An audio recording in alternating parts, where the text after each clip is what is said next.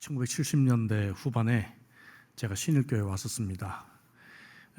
부흥회 때 중창팀으로 와서 특송을 한 적이 있습니다. 오래됐죠? 오래됐습니다. 우리 이건희 목사님하고도 한 30년 지기로 아주 친하고 좋은 교제 가운데 있고, 제가 칼레포름 가면 늘 보고 싶은 목사님 중에 한 분이십니다. 참 이렇게 건강한 교회 함께 와서 말씀을 나누게 돼서 큰 기쁨과 즐거움과 위로가 있습니다. 일부 예배 마치고 또 큰 위로를 받았습니다. 제가 여기 건너편의 세강교회 전도사 시절에 중학생이었던 집사님이 또 함께 만나게 돼서 얼마나 큰 기쁨과 위로가 있었는지 알 수가 없습니다. 저희 교회가 저는 호주 간 지 37년이 됐고요. 저희 교회를 이제 신학교 졸업반 때 개척을 해서 33년, 금년 8월이 되면 33년이 되었습니다.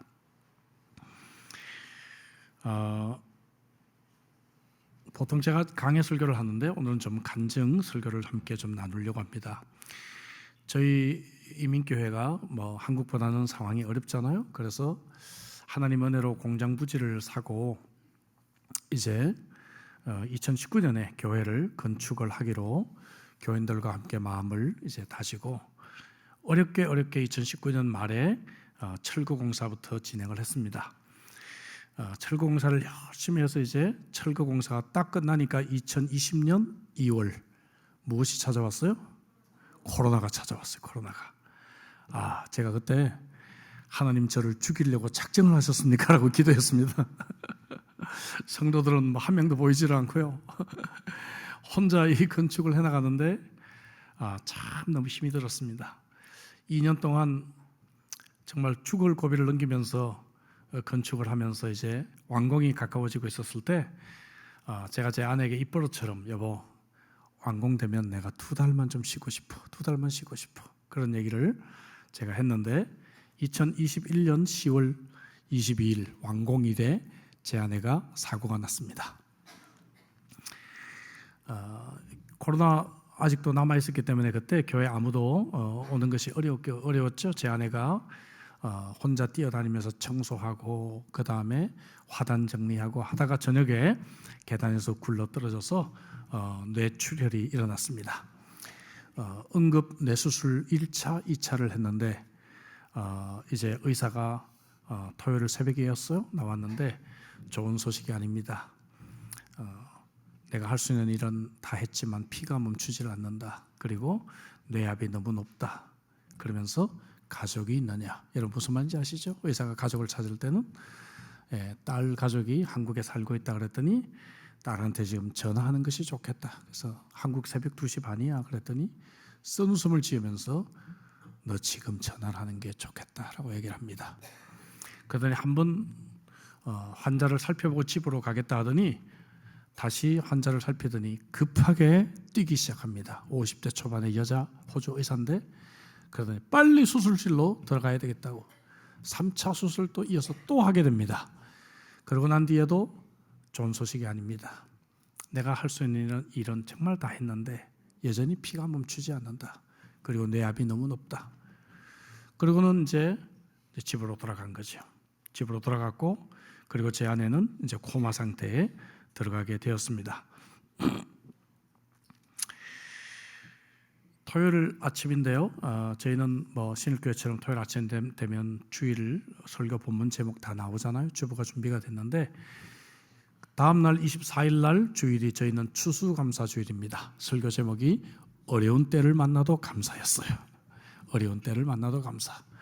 장로님들은 목사님 설교 못하십니다. 저를 만류하는데 제 기도하다가 하나님 이 설교를 제가 어떻게 안 합니까? 어려운 때를 만나도 감사. 그리고 하나님이 정말 무엇을 원하실까? 이 순간에. 그리고 지금 사투를 벌이고 있는 제 아내가 뭘 원할까? 제 아내는 자기 때문에 이 중요한 추수감사주일 설교와 성찬을 지장이 있는 걸 원치 않을 것이라는 생각이 들었어요. 그래서 장로님들에게 얘기했습니다.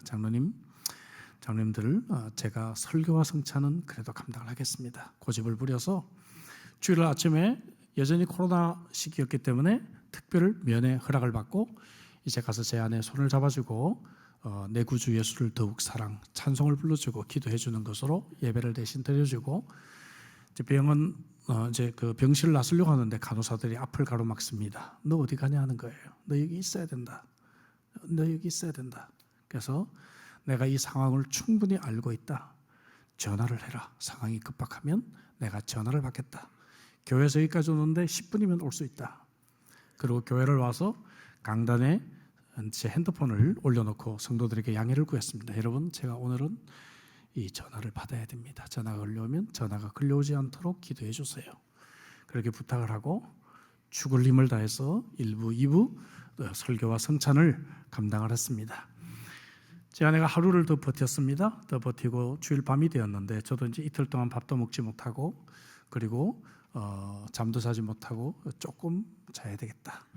주일 밤 12시 반에 침대에 들어갔는데 병원에서 또 전화가 왔어요. 뇌압이 너무 높아서 한 번만 더 수술하기로 했다. 지금 수술실로 들어가고 있고 의사가 지금 병원에 오고 있다라고 알려주더라고요. 그 전화를 받고 저도 울면서 다시 병원으로 가는데 이제는 마음이 살려달라는 기도가 나오지가 않아요. 하나님이 데려가시나 보다. 절망적인 마음이 제 마음을 지배했습니다. 안 되나 보다. 그리고 이제 병원에 도착해서 엘리베이터 앞에서 급하게 한국에 살고 있던 딸이 소식을 듣고, 의사는 24시간 안에 세상을 떠난다는 얘기를 듣고, 이제 비행기가 없는 그 시절에 싱가포르 에어라인 비즈니스 클래스 2자리를 간신히 확보해서 주일 아침에 한국을 떠나 싱가포르까지 와 있는 딸과 사위에게 문자를 10번을 지었다가 보냈습니다. 가나야, 엄마를 하나님께 맡겨드리자. 의미를 알았더라고요. 그 다음 메시지는 뭐겠어요? 가나야, 하나님이 엄마를 데려가셨다겠죠. 그 다음 메시지는, 그 메시지를 받고 이제 사위와 둘이 붙들고 싱가포르에서 울고 있고, 이제 저는 절망적인 마음으로 엘리베이터를 타고 수술실 근처까지 왔는데 갑자기 제 마음속에 용기가 생겼어요. 왜냐하면 그 전날 토요일 날 제가 너무 힘이 들어가지고, 그래서 제 핸드폰에 있는 사람들을 무작위로 초청을 해서 카톡방을 하나 만들고, 내가 너무 힘이 드니까 나를 위해 기도해 달라고 기도 요청을 계속 올리고 있었는데, 이분들이 또 저를 아는 다른 사람들을 또 초청해서 갑자기 한 300명 정도가 단톡방에 모였습니다. 그런데 갑자기 그 생각이 나는 거예요. 수술실 앞에서 생각해보니까 선교사님들, 또 대형교회 목사님들, 또 중보기도팀 다 하니까 어렴풋이 계산을 해도 한 15만 명 정도가 제 아내를 위해 기도하고 있더라고요. 그러니까 갑자기 이런 마음이 드는 거야. 하나님, 이렇게 많은 사람의 기도를 하나님 어떻게 외면하실 수가 있단 말입니까? 이렇게 많은 사람들이 기도하는데 하나님 어떻게 이 기도를 안 들어줄 수가 있단 말입니까? 하니까 오기가 생기고 용기가 갑자기 생겨났어요. 할렐루야. 그래서 이 무너져 내리는 마음을 간신히 버티고 있었는데 4차 수술을 마치고 난 뒤에 의사가 처음으로 좋은 소식을 가지고 나왔습니다. 아내가 버텼다는 거예요. 4차 수술을. 그리고 다시 머리를 열었어요. 여러분 아시 개두술이라고 완전히 머리를 여는 수술이거든요. 머리를 열었을 때 상태가 너무너무 달라져 있다는 거예요. 여러분 이틀 동안 여러분 병원에서 한 일은 아무것도 없어요. 그냥 놔둔 건데, 그런데 이틀 있다가 48시간 만에 다시 머리를 열었는데 상태가 너무 좋아졌다는 것입니다. 그래서 이 의사가 나는 잘 모르겠어. 나는 의학적으로 설명이 안 돼. 라고 계속 말을 하는 거예요. 그래서 상태가 너무 좋아져가지고 이 사람이 그 환자가 맞는지 신분 확인을 다시 했다는 거예요. 자기가 계속 수술을 했는데도 불구하고 그 정도로 상태가 갑자기 좋아졌다는 거예요. 그래서 여러분 처음 이제 수술을 했을 때는 설사 한 1% 정도 생존 가능성을 뚫고 산다고 해도 평생 이제 시각장애인으로 살아야 되고 그 다음에 평생 휠체어를 타고 다녀야 된다고 저한테 얘기를 했거든요. 그런데 이제 네 번째 수술에서 참으로 수술을 앞뒀을 때 전 뭐라고 기도했는가 하면, 하나님 데려가시려면 수술실에서 데려가지 마시고 제품에 돌아와서 제품에서 데려가 주세요. 그게 제 기도였거든요. 근데 네 번째 수술을 마치고 굿 뉴스를 가지고 나왔습니다. 굿 뉴스를 가지고 이제 나와서 그 다음부터도 뭐 뇌동맥 수술 뭐 해가지고요 후유증으로 10번의 수술을 했어요. 10번 수술을 했는데 기적적인 재활로 여러분 시력은 예전엔 사고 나기 전에 0.8이었는데 얼마 전에 시력 검사하니까 2.0이 나와요. 이게 어떻게 된 건지 알 수가 없어요. 알 수가 없어. 어떻게 된 건지. 의학적으로는 설명이 안 되는 거죠. 그리고 불과 5개월 만에 사고도 그 큰 병원에서 20년에 한 번 날까 말까 한 큰 뇌 데미지라고 얘기를 했거든요. 뇌 손상이라고 얘기를 했는데 불과 5개월 만에 비행기를 타고 어머니를 만나러 한국에 왔고요. 지금 제 딸 가정이 런던에 이제 이주해서 살고 있는데 런던도 3번 같이 다녀왔습니다. 하루에 8km를 걷고 있습니다. 여러분 여기서 달리기 시작하면 여기 있는 웬만한 자매들은 다 이길 겁니다. 사랑하는 우리 형제자매 여러분, 저와 같이 생명의 위기를 만난 사람들은요, 소망이 없이는 1초도 살아갈 수가 없어요. 저만 그럴까요? 인생이 그렇잖아요. 인생이 너무 어렵고 힘듭니다. 우리가 음식 없이는 몇 주를 살 수가 없고, 물이 없이는 우리가 며칠을 살 수가 없는데, 공기 없이는 몇 분, 그러나 소망이 없이는 우리는 몇 초도 살아갈 수가 없을 것 같습니다. 그럼 우리가 가지고 있는 확실한 소망의 핵심은 뭘까요? 그것은 우리가 하나님께 구원을 받았다는 것입니다. 히브리서 6장 19절에 우리가 이 소망을 가지고 있는 것은 영혼의 닷 같아서 튼튼하고 견고하여 휘장 안에 들어간다, 이렇게 말하고 있습니다. 이 구절만 영어 성경을 읽어보시면 The certain hope of being saved is a strong and trustworthy anchor of our soul. 우리 영혼에 강하고 견고하고 신뢰할 만한 그런 닻이다, 그렇게 표현을 하고 있습니다. 우리 인생이 정말 풍랑을 만났을 때 소망의 닻이 필요한데, 우리가 생명의 위기를 만났을 때 소망의 닻이 필요한데, 얼마나 많은 사람들이 하나님을 외면하고 돈으로, 마약으로, 명품백으로, 혹은 도박, 섹스, 혹은 쾌락, 여행 계획, 이런 것들로 닻을 삼아 인생의 풍랑을 이겨나가 보려고 합니다. 여러분, 그런 인생은 침몰하고 맙니다. 그러나 하나님의 소망은 튼튼하고 신뢰할 만하며 닷과 같이 우리를 지켜줄 줄로 믿습니다. 제 아내가 4차 수술이 희망적이었지만 코마 상태로 들어갔습니다. 코마 상태에서는 언제 깨어날지 여러분 하나님만 아시는 거예요. 저희 교회 부목사님 삼촌은 한국에 계시는데 지금 28년째 코마예요. 28년. 코마 상태로 들어갔는데 31일 만에 제 아내가 의식이 돌아왔습니다. 30일 만에 의식이 돌아왔는데 이제 몸도 못 움직이죠. 의식도 희미하죠. 병원에서 기계로 이렇게 아내를 일으켜가지고 이렇게 간신히 이제 병원 침대에 기대놨어요. 뭔가 말을 하고 싶은데 많은 줄들이 달려 있습니다. 기간 삽입까지 해가지고 말을 할 수가 없어요. 뭔가 말을 하고 싶어요. 어리둥절하면서 말을 하고 싶어요. 제가 그래서 아이패드를 가져와서 제 아내의 손을 잡고 손가락을 잡고 눈치를 보면서 하고 싶은 말을 이렇게 아이패드를 쳤습니다. 놀랍게도 제 아내가 31일 만에 이제 코마에서 깨서 첫 번째 한 말이 무엇인가? 그것은 바로 예수님 나의 주님이었습니다. 할렐루야. 제가 이 단어를 아내가 쳤을 때 참 많이 울었어요. 왜냐하면 이제 됐다. 하나님 이제 더 소망 없어요. 저는 이제 더 바라는 거 없어요. 하나님이 살려주시면 이 땅에서 남편을 기억하니까 됐고, 남편이 책임질 거니까 됐고, 설사 하나님이 데려가셔도 예수님 붙잡고 있으니 천국 갈 것이고, 와, 됐다. 이제 정말 제가 더 이상 원하는 것이 없어졌습니다. 여러분들의 인생의 소망은 무엇입니까? 인생의 소망을 내가 가지고 있는 능력이나 내가 가지고 있는 가진 것 혹은 사람에게 두는 사람은 언제든지 그 인생의 배가 침몰할 수 있지만, 성경 말씀을 통해서 7,000가지 이상의 약속을 주신 하나님의 약속에 그 소망을 삼고 영혼의 닻을 내리는 자들은 안전할 것입니다. 아내가 사고 난 직후에 제가 그 다음에는 2주 동안 강단에 서지를 못하고 3주 만에 제가 강단에 복귀를 하게 되는데요. 그때 제가 이 3주 경황이 없는 가운데 읽은 책이 있습니다. 릭 워런 목사님이 쓰신 The Hope You Need라고 하는 책이에요. 사실 릭 워런 목사님, 세들백 교회라고 하는 정말 세계적인 교회 이 담임 목사님이 이 책을 쓰다가 그때 아들 매튜가 우울증으로 자살을 합니다. 여러분 생각해 보세요. 이 유명한 교회 목사님이 아들이 자살을 해요. 여러분 얼마나 충격이에요. 목사님도 한 2년 정도 사역을 멈춥니다. 이 너무나 큰 고통을 견딜 수가 없어서 사역을 멈추고 2년 있다가 이제 사역에 복귀를 하면서 이 책을 마지막으로 탈고를 해서 출판을 하게 돼요. 저자는 이 책에서 오늘날 사람들이 낙심하고 있는 이유를, 가장 큰 이유를 10가지로 분석을 하고, 오늘 우리가 읽은 이 본문, 예수님께서 가르치신 이 기도로 그 해답을 제시하고 있습니다. 저는 7개 정도만 여러분들에게 소개를 하면서 오늘 본문 말씀과 제 간증을 붙여서 이 말씀을 이어가려고 합니다.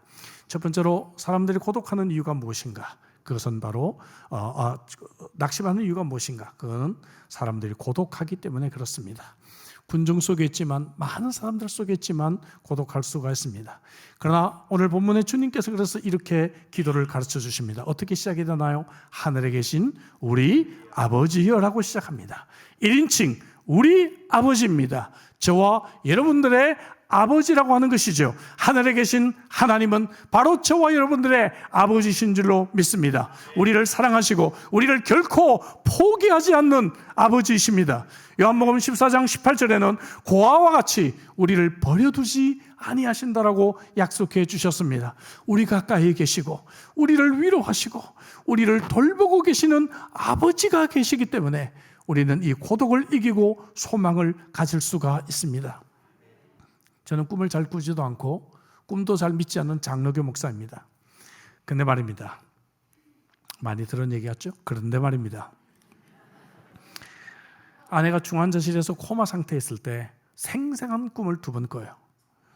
한 번은 꿈을 꿨는데 제 아내가 이제 외출을 했어. 외출을 제가 2부 예배 때는 가출이라고 했는데, 오래간만에 이게 뭡니까, 이게 외국 떠난 지 오래되면 한국말도 안 되고 영어도 안 돼요. 외출을 그래서 우리 1.5세 교포 목사님들을 한국 강단에서 설교하다 보면요, 식물인간을 야채인간이라고 막 얘기하고 외출을 했는데 제가 전화를 합니다. 여보 어디야? 그랬더니 뭐 어디라 그래요. 그래서 왜 집에 안 나와? 그랬더니 활짝 웃으면서 여보 내가 좀 시간이 필요해 그러더라고요. 내가 시간이 필요해, 기다려줘 그러더라고요. 생생하게 제가 꿈에서 깼어요. 그런 생각해 보니까 그래, 그렇게 뇌에 데미지를 입었는데 내가 조급하구나, 좀 더 기다려야 되겠구나. 하나님이 큰 위로를 주셨어요. 내가 기다리면 돌아올 수가 있겠구나. 위로를 주셨어요. 그렇다 어느 날 이제 며칠 지나고 난 뒤에 그때 이제 발가락을 조금 움직이고 왼눈을 좀 실눈처럼 살짝 뜨기 때문에 막 그냥 온 천하를 가진 것처럼 막 그냥 그날은 너무너무 기뻤는데, 그 다음날 갔더니 또 이게 완전히 죽은 시체처럼 움직이질 않는 거예요, 전혀. 그러니까 너무너무 마음이 절망되고 힘들어가지고 집에 와서 이제 잠자리에 누웠는데 또 꿈을 꿨어요. 근데 제 아내가 너무 건강한 모습으로 저한테 얘기를 하는 거예요. 제가 없는 사이에 딸과 싸웠다고 일러 바치기도 하고요. 잠이 깼습니다. 그래, 하나님이 이렇게 회복시켜 주시나 보다. 여러분, 그 꿈을 꾼 바로 그 다음 날 제 아내는 정말 의식이 기적처럼 돌아오기 시작했습니다. 우리 하나님 참 좋으신 우리 아버지, 꿈도 잘 꾸지 않고 꿈도 믿지 않는 이 목사를 하나님께서 꿈으로 위로해 주신 우리 아버지신 줄로 믿습니다. 2번째, 우리가 낙심하는 이유는 무능하기 때문에, 능력이 없어요. 통제할 수 없는 인생입니다. 변화하고 싶고 달라지고 싶은데 이 변화할 수 있는 힘이 나에게도 없다는 것이죠. 그래서 9절 하반절에 보니까 주님이 이렇게 기도하라고 가르칩니다. 이름이 거룩히 여김을 받으시오며. 나는 무능하지만 하나님의 이름은 능력이 있는 줄로 믿습니다. 여러분, 여호와의 이름이 성경에 얼마나 많이 나옵니까? 여호와 이레, 여호와 삼마, 여호와 니시, 여호와 샬롬. 좀 어려운 것, 여호와 로이, 목자 되신 여호와, 여호와 치드케누, 의로우신 여호와, 여호와 체바우트, 만군의 여호와. 지난 몇 년 동안 제가 가장 많이 붙들었던 뭘까요? 여호와 라파, 우리를 치료하시는 여호와. 사랑하는 형제자매 여러분, 나는 능력이 없지만, 나는 부족하지만 우리가 믿고 있는 우리의 아버지 하나님은 능력과 권세가 있는 줄로 믿습니다. 3번째로, 사람들이 낙심하는 이유는 무의미하니까, 인생에 의미가 없으니까. 특별히 우리 시니어들 가운데 그런 분들이 많이 계실 거예요. 목적을 상실했습니다. 그렇게 자녀 위해서 올인했고 이 사업 위해서 헌신했는데 돌이켜보면 내가 뭘 하고 살았나 하는 생각이 우리를 지배하기 시작합니다. 그러나 오늘 보면 10절을 보니까 나라가 임하시오며라고 기도합니다. 세상의 꿈을 성취하기 위해 노력한다면 우리는 의미를 상실할 때가 찾아와요. 우울증이 찾아옵니다. 자식 위해서 올인해서 내가 인생을 살았는데 그 자식은 그걸 몰라서요. 부모가 못해준 것밖에 얘기를 하지 않습니다. 그래서 세속적인 유머로 이런 것이 있지 않아요?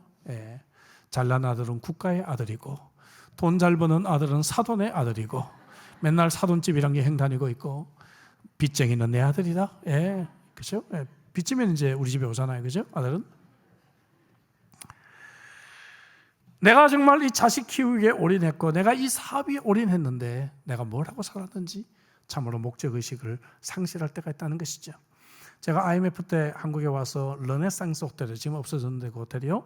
어느 장로님과 식사를 하는데 그 목사님 저기 앞에 보이는 저 건물 보이시죠? 저 빌딩 저거 제가 지은 겁니다. 제가 이태리에서 한국에 없는 자재 갖고 와서 지은 겁니다. 근데 몇 달 전에 저거 다른 사람 손에 넘어갔습니다. 그러더라고요. 제가 장로님 그렇군요. 위로는 해드렸지만 제 마음속에 영원한 건 없어요. 영원한 건 없어 이 땅에서. 그것에 인생의 소망을 두었다면 우리는 낙심하고 절망할 수밖에 없어요. 그러나 여러분 우리가 정말로 우리가 하나님의 나라의 의미를 가지고 사는 사람들은 어때요? 낙심하지 않아요. 왜냐하면 우리가 실패해도 우리가 낙심해도 우리가 심지어 지은 죄까지도 하나님은 이것들을 재료로 해서 하나님의 나라를 만들어 가시기 때문에 그래요. 할렐루야. 우리가 잘 아는 로마서 8장 38절 말씀 사역반 하신 분들 다 28절 말씀 다 외우시죠? 같이 보겠습니다. 우리가 알거니와 하나님을 사랑하는 자 곧 그 뜻대로 부르심을 입은 자들에게는 모든 것이 합력하여 선을 이루느니라. 아멘. 내가 비록 부족해도 내가 비록 실패해도 내가 좀 실수해도 내가 좀 잘못 선택해도 하나님은 그것을 통해서 선을 만들어 가실 것을 믿기 때문에 우리는 후회하지 않아요. 우리는 낙심하지 않습니다. 제 아내가 의식이 이제 희미하게 돌아오면서 제가 제 아내에게 기도하고 싶은 거 있으면 말해봐 그랬어요. 기도하고 싶은 것 한번 적어볼래 그랬어요. 손가락에 힘이 없었지만 펜을 들려줬습니다. 그때는 제 아내가 의식에서 돌아와서 첫 번째 기도 제목을 썼어요. 잘 보이지 않을 텐데 제가 현장감 때문에 제가 그냥 비춰드립니다. 이렇게 썼습니다. 비전 센터를 빨리 완공시켜 주세요라고 삐뚤삐뚤한 글씨로 썼어요. 31일 만에 코마에서 돌아왔는데 첫 번째 기도 제목이 이거였어요. 여러분 이런 사고로 단기 기억 상실이 옵니다. 사고 나기 한 달 전부터 사고 이후에 한 6개월 정도까지 기억이 끊어져 있는 거예요. 그러니까 제 아내는 아직 교회 건축이 진행되고 있다고 생각을 한 거죠. 그래서 이 건축이 완공될 수 있도록 기도하는 것입니다. 여러분 죽을 고비를 넘기고 그리고 31일 한 달을 코마 상태에 있었지만 이 상황 속에서도 제 아내가 붙들고 있었던 것은 하나님의 교회가 든든하게 써가고 교회 건축이 완공되기를 그 마음에 품고 있었다는 것이죠. 제가 너무너무 기뻤어요. 그래서 그때는 그래 우리 기도하자 하고 기도했어요. 며칠 있다 제가 이제 제 아내가 좀 컨디션이 좋아서 제가 아내에게 얘기했습니다. 여보 드디어 오늘 교회 공사가 완공이 되었어 라고 설명해 줬어요. 그랬더니 제 아내가 힘없는 눈을 이렇게 뜨더니 힘없는 손으로 박수를 치는 거예요. 박수를 치는 거예요. 그의 마음속에는 하나님 나라가 있었다 하는 것이죠. 하나님 나라의 소망이 있는 자들은 매 순간 매일이 의미 있는 삶이 될 줄로 믿습니다. 네 번째로 우리가 낙심하는 이유는 결핍하니까. 우리가 필요한 것이 있는데 없어요. 돈이 필요하고 안정적인 직장이 필요하고 배우자가 필요하고 필요한 것들 많은데 가난에 갇혀서 헤어날 길이 없어요. 그래서 주님께서는 11절에 이렇게 기도를 우리에게 가르쳐 주셨습니다. 오늘 우리에게 일용할 양식을 주시옵고.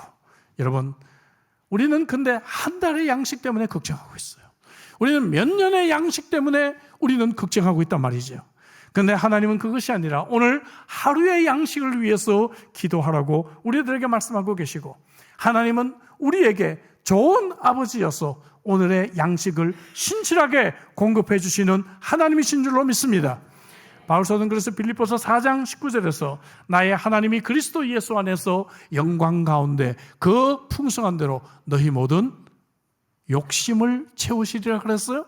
아니죠. 너희 모든 쓸 것을 채우시리라 말씀해 주신 것이죠. 로마서 8장 32절 같이 읽습니다. 다 외우시죠? 자기 아들을 아끼지 아니하시고 우리 모든 사람을 위하여 내어주시니가 어찌 그 아들과 함께 모든 것을 우리에게 주시지 아니하시겠느냐. 할렐루야. 근데 우리는 불평하고 우리는 늘 덜 가졌다고 우리는 늘 원망하며 우리는 살아가고 있지 않습니까? 제가 제 안에 사고 난 뒤로 제 살림을 하고 있잖아요. 그죠? 한 3년 이제 됐어요. 살림을 하면서 주부들을 참 존경하게 되었습니다. 한 끼의 식사가 얼마나 이게 소중하고 귀한 것인지를 더 알게 됐어요. 제가 이게 살림을 하다 보니까 예전에는 살림에 은사가 없는 줄 알았는데 이게 해보니까 이게 은사가 있어요. 제가 안 해봐서 은사가 없다고 하는 거죠. 우리가 은사론 강의할 때 undeveloped gift, 그러니까 안 해봐서 못하는 것이지 해보면 잘할 수 있는 것을 발견하게 됩니다. 여러분 한번 해보세요. 내가 살림에 은사가 있다는 걸 아마 아시는 우리 형제들도 많이 계실 것 같아요. 재미가 쏠쏠합니다. 살림하는 재미가. 그래서 작은 그릇부터 씻어가지고 착착착 해놓는 것도 너무 재미있고요. 쇼핑센터 가면은 물가가 얼마나 올랐는지 저는 한눈에 파악이 돼요. 제가 숫자가 좀 민감하거든요. 숫자에 은사가 있는 사람이에요. 그래서 금방 파악이 돼요. 더 재미있는 거는요, 예배 마치고 앞에 나가서 거룩한 모습으로 이렇게 딱 교인들 인사하고 있는데 권사님들 다가와서 목사님 아직 김치 남았어요. 신김치 좀 드릴까요? 이제 이런 얘기를 공공연하게 이제 막 교회에서 하고 계십니다. 처음에는 초보 주부여가지고 장갑도 안 끼고 막 하다가 하루 21시간 제가 제 아내를 재활하고 했으니까 처음에 제 아내를 데리고 한국에 왔을 때 지문이 안 나와가지고 지문이 안 나왔어요. 그래가지고 이제 잡혀서 한 10분 동안 고생을 했습니다. 근데 이제는 고무장갑도 끼고 핸드크림도 발라가면서 이제 아주 능숙한 주부가 됐습니다. 그래서 지문도 잘 나와요. 일용할 양식 때문에 감사하시기를 주의 이름으로 축복합니다. 작년 한국 통계청의 통계를 제가 찾아보니까 한국 1인당 국민소득이 3,700만 원이에요. 3,700만 원. 와, 그렇다면요, 여러분 우리는 세계에서 0.2% 안에 드는 부자들이에요. 아셨습니까? 모르셨죠? 옆에 분 한번 인사하겠습니다. 와, 대단한 분이시네요. 보통 부자들이 아니에요. 여기 계신 분들이 지금 2%도 아니고 0.2% 안에 드는 부자들이십니다. 여러분 다 금수저 물고 태어나신 거예요. 그렇지 않습니까? 이걸 모르면 맨날 나보다도 더 잘 사는 사람 보고 나는 뭐야, 우리 아버지가 돈이 좀 더 있었으면 나한테 강남까지는 아니라도 강북이라도 아파트 몇 평짜리 물려줬으면 내가 안 이러지. 이걸 늘 불평하는 거예요. 그죠? 근데 우리는 세계에서 0.2% 안에 드는 부자들입니다. 여러분, 하나님이 그만큼 우리들에게 주셨는데 우리는 늘 부족하다, 돈 없다, 돈 걱정하며 우리는 절망하며 살아가고 있다는 것이죠. 일용할 양식을 주신 하나님께 감사하시기를 주의 이름으로 축복합니다.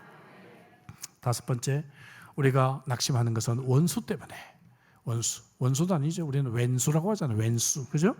나에게 상처를 준 사람들이 있습니다. 내 가슴에 칼을 박고 떠난 그 사람 때문에 쓴 뿌리가 나를 지배해요.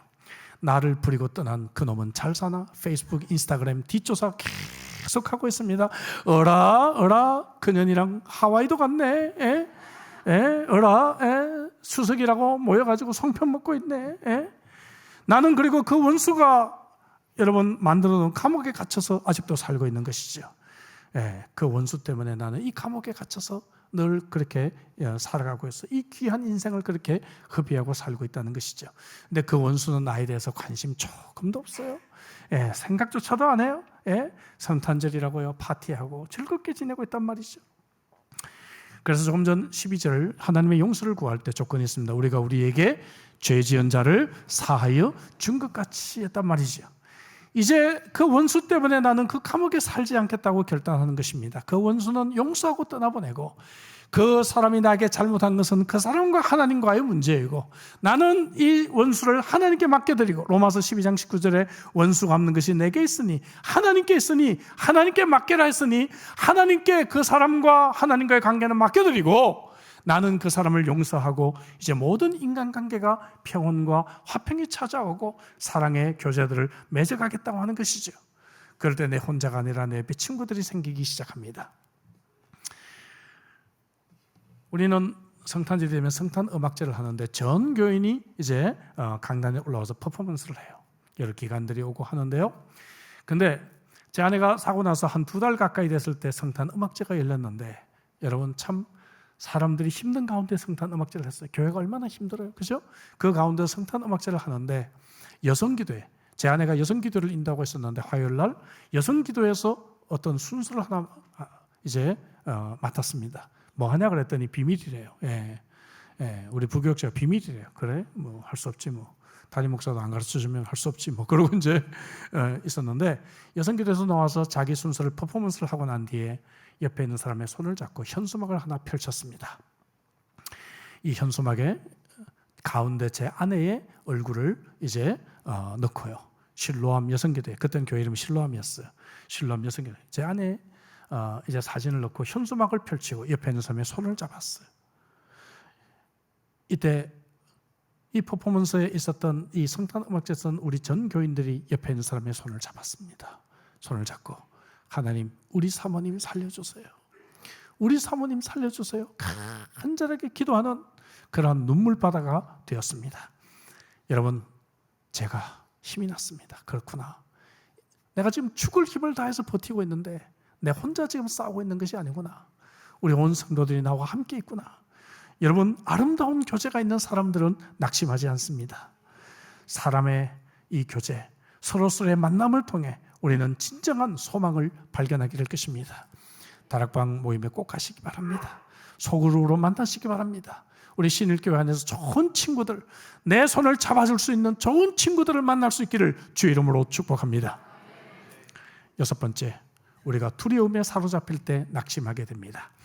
여러분, 세상에는 수많은 악이 존재합니다. 왜 이렇게 하나님을 잘 믿는 사람은 암에 걸려서 세상을 떠나고 저게 나쁜 짓 하는 저놈은 하나님이 안 데려가시고 왜 저렇게 나쁜 짓 계속하게 만들까? 우리는 이 땅에서 잘 몰라요. 우리는 다 이해할 수가 없어요. 근데 한 가지 우리가 아는 것은 뭔가 하면은 우리가 살고 있는 이 땅은 천국이 아니라는 것이에요.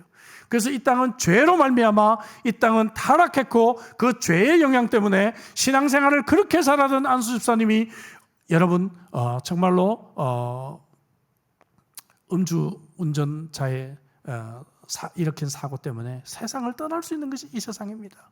내 사랑하는 아들이 그냥 횡단보도를 건너다가 차에 치여서 세상을 떠날 수 있는 것이 이 세상이다, 그 말이죠. 그러다 보니까 이 세상에는 많은 악이 있고 죄의 영향 때문에 우리는 고통과 아픔을 경험하게 돼요. 두려움이 있습니다. 이때 13절 중간에 기도합니다. 다만 악에서 구하시옵소서. 그래서 하나님께 늘 구조를 요청하는 것이죠. 내 딸이 학교 갔다가 건강하게 집에 돌아온 것도 이것이 기적이에요. 이 악한 세상 속에서. 그렇지 않습니까? 내가 오늘 눈을 건강하게 뜰 수 있는 것도 감사요 기적입니다. 그래서 시편 기자는 17편 1편에서 이렇게 노래합니다. 여호와는 나의 빛이요 나의 구원이시니 내가 누구를 두려워하리요. 여호와는 내 생명의 능력이시니 내가 누구를 무서워하리요. 할렐루야. 제가 이 가장 인생에서 힘든 순간에 붙들었던 말씀입니다. 그리고 이 말씀에서 나왔던 찬양, 오늘 결단송에 결단 찬양, 우리 찬양을 하겠지만 이 찬양을 저는 몇 년 동안 하루에도 수십 번 부르면서 저는 이 어려움을 이겨나가게 되었습니다. 하나님이 우리를 구조해 주실 것을 믿기 때문에 우리는 두려움을 극복하고 소망을 가질 수가 있을 것입니다. 마지막 7번째, 우리가 낙심하는 이유는 우리에게 패배감을 안겨주는 절망이 지배하기 때문에 그래요. 그렇게 기도했던 사랑하는 아내를 하나님이 데려가시고 만다는 것이죠. 그렇게 내가 하나님이 사업 복 주시면 내가 하나님 위해 쓰겠다고 헌신했는데 이 사업이 실패로 돌아가고 맙니다. 모든 것이 끝난 것처럼 보이기 때문에 그래요. 그래서 오늘 보면 13절 마지막 기도입니다. 같이 읽습니다. 다 같이. 나라와 권세와 영광이 아버지께 영원히 있사옵나이다. 아멘. 하나님의 영혼을 위해서 기도하라고 하는 것입니다. 하나님의 영혼, 천국의 소망이 있는 자들은 낙심하지 않습니다. 그래서 하나님은 천국의 커튼을 살짝 열어서 천국이 어떠한 곳인지를 우리들에게 계시록에서 보여주십니다. 그리고 난 뒤에 21장 성경 마지막 부분에 가서 4절에서 이렇게 표현합니다. 모든 눈물을 그 눈에서 닦아주시니 다시는 사망이 없고 애통하는 것이나 곡하는 것이나 아픈 것이 다시 있지 아니하리니 처음 것들이 다 지나갔음이라. 할렐루야. 여러분, 이제 우리의 그 영혼 천국에서는 더 이상 죽음이 없어요. 더 이상 사랑하는 배우자를 잃을 염려가 없어요. 그곳에서는 상실이 없습니다. 그곳에서는 질병이 없습니다. 내 육체적인 질병과 아픔 때문에 더 이상 고통당하지 않아도 돼요. 사고도 없고 장애도 없는 영원한 천국, 여러분 얼마나 소망이 되십니까? 제가 2000년 시드니 올림픽, 또 시드니 장애인 올림픽 때 제가 메인 채플런을 했습니다. 하나님이 특별히 은혜를 주셔서 그 일을 하게 됐는데요. 전 이제 교회에서 선수들과 또 선수한 사람들을 이제 예배를 인도하고 성경공을 인도하고 상담을 하고 그런 일을 하는 것이죠. 근데 장애인 올림픽 때가 특별히 기억이 많이 나요. 그때 미국에서 조니 에릭슨 타다라고 하는 장애인 사역자가 왔습니다. 이 사람은 15살 때 다이빙을 하다가 이제 사고를 당해서 온몸이 마비되고 손 하나 움직일 수 있는 사람이에요. 근데 이 사람이 쓴 여러 가지 여러분 그림 엽서 PTL이라고 Praise the Lord PTL이라고 쓰고 그렇게 한 사람이에요. 근데 이 사람이 오니까 선수촌이 정말 미어터집니다. 많은 장애인 선수들이 와가지고 이 사람의 메시지를 듣는데 와, 장애인이 그 얘기를 하니까 다 웃더라고요. 여러분, 우리는 이 땅에서 여기 잘려나가고 여기 잘려 다 우리는 바보들처럼 삽니다. 그러니까 막 웃어요. 예? 장애인이 그 얘기를 하니까 막 웃어요. 그러면서 이분의 메시지는 천국이에요. 성경 공부 메시지도 전부 천국이에요. 천국에서는 여러분 우리가 건강한 몸으로 우리는 정말 다니게 될 것입니다. 저는요 천국 가면 예수님하고 술래잡기 막 저는 노래를 막 게임을 하고 싶어요. 그러니까 막 웃더라고요. 예? 평생 휠체어에서 살아가고 있는 이 자매가 그렇게 막 얘기를 합니다. 그러면서 천국에 대한 찬양과 천국에 대한 소망의 메시지를 듣고 장애인들이 막 아멘하고 부르짖으며 은혜 받는 모습을 보고 제가 참 많이 회개했습니다. 이놈아, 너는 목사가 되고도 아직 멀었다 회개했습니다. 저는 젊고 저는 건강하니까. 그렇죠? 천국 그렇게 소망 많이 못했는데 이 장애인들이 소망하는 거 100분의 1도 소망을 안 하고 있더라고요. 제가 하나님께 큰 회개를 하게 되었습니다. 여러분들은 천국을 소망하고 계십니까? 영혼을 소망하고 계십니까? 그렇다고 하면 이 땅에서 눈물, 이 땅에서 고통, 그거 아무것도 아니에요. 아무것도 아닙니다. 하나님께서 오늘 이 말씀으로 여러분들에게 위로를 주시기를 주 이름으로 축복합니다. 그렇다면 소망이 있는 자는 어떻게 살아야 할까? 저는 오늘 설교를 히브리서 6장에 있는 말씀으로 시작을 했어요. 6장에 있는 말씀은 아브라함에게 주신 약속인데 다시 10절로 돌아옵니다. 소망이 있는 자의 삶에 이미 성도를 섬긴 것과 이제도 섬기고 있는 것을 잊어버리지 아니하시느니라. 이 소망이 있다면 우리는 과거에도 섬겼고 지금도 섬기고 앞으로도 섬기는 열심을 가지고 주님을 섬기는 삶을 살아야 한다고 우리들에게 말씀하고 있습니다. 제 아내가 의식이 희미하게 돌아왔을 때 제가 만나고 싶은 사람을 한번 써보라 그랬어요. 예, 손가락도 연습을 할 겸 만나고 있는 사람을 기록해보라고 했더니 제 아내가 무려 1번부터 10번까지 썼어요. 10번까지. 예, 여러분 조금만 써도 피곤해서 그냥 쓰러져요. 근데 죽을 힘을 다해서 1번부터 10번까지를 글을 쓰더라고요. 읽어드리겠습니다. 1. 예수 안 믿는 사촌들. 2. 예수 안 믿는 친구들. 3. 믿음이 약한 주위 사람들. 4. 예수 안 믿는 친구들. 5. 우리를 잘 모르는 친구들. 6. 배고픈 사람들. 너무 어렵고 힘든 사람들. 7. 어렵고 배고픈 사람들. 8. 예수님에 대해 궁금해하는 사람들. 9. 이 세상에 대해 잘 모르는 사람들. 10. 예수님을 안 믿는 사람들. 의식이 아직 희미한 상태에서 제 아내의 마음을 사로잡고 있는 게 뭘까요? 천국 문 앞에 갔다 온 상황 속에서 누구를 만나기 원했을까요? 그것은 바로 여러분 주님을 알지 못하는 사람들에게 예수님을 전해야 되겠다는 그 마음이 제 아내의 마음을 지배하고 있었다는 것입니다. 사랑하는 성도 여러분, 생명의 위기를 만날 때 우리의 피난처이신 여호와로 소망을 삼으시기를 주의 이름으로 축복합니다. 세상의 기대가 무너졌을 때, 사랑하는 사람이 배신하고 떠났을 때, 그렇게 희생했던 가족들이 내게 상처를 안겨줄 때 하나님으로 소망을 삼으시기를 주의 이름으로 축복합니다. 저는 제 아내 사고 후에 참 많이 변했어요. 이제는 너무 감사한 것밖에 없어요. 제 아내가 옆에서 코를 골고 자고 있는 모습을 봐도 너무 감사하고, 과거에는 너무나 당연하게 생각했던 것들이 너무나 감사하고 너무나 축복이라고 생각해요. 신일교회를 제가 오게 되면서 제 마음에 감사가 있었습니다. 정말 약 한 50년 가까이 전에 제가 이곳에 와서 참 찬양했었고, 20년 전에 이곳에 이건희 목사님 부의사신 지 얼마 안 됐을 때 제가 말씀을 전한 적이 있는데, 제가 이렇게 또 와서 말씀을 전하게 되는구나. 목사님 모시고 교회가 참 이렇게 많이 성장해서 우리 귀한 장로님들, 귀한 권사님들, 또 귀한 우리 집사님들, 순장들, 교사들 만날 것을 생각하니까 너무너무 제 마음속에 감사와 기쁨이 있었습니다. 사랑하는 성도 여러분, 소망을 가지고 인생을 사시기를 주의 이름으로 축복합니다. 포기하기에는 아직 우리 인생은 너무나 고귀하고 존귀한 인생입니다.